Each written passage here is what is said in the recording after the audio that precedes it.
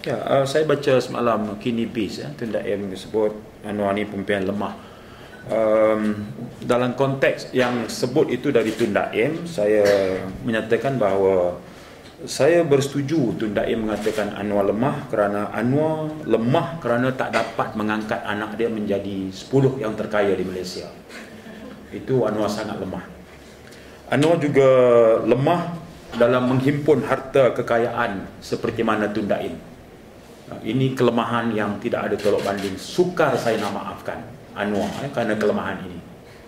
Anwar juga lemah kerana semasa menjadi Menteri Kewangan 9 tahun, dia lemah kerana dia membayar hutang negara lebih awal daripada jadual.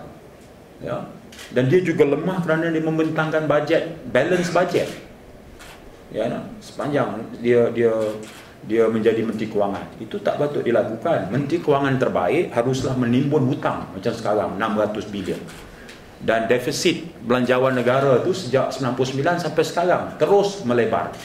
Jadi dalam konteks itu saya setuju sepenuhnya dengan Tun Daim bahawa pengalaman 17 tahun Anwar di dalam kerajaan sebagai timbalan Menteri Jabatan Perdana Menteri, Menteri Belia dan Sukan, Menteri Pertanian, Menteri Pelajaran, Menteri Kewangan, 17 tahun itu sebenarnya Anwar kemudiannya menjadi seorang pemimpin yang lemah, tak dapat membentuk seorang pun anak dia menjadi manusia terkaya di Malaysia serta jutawan hebat macam Tun Daim.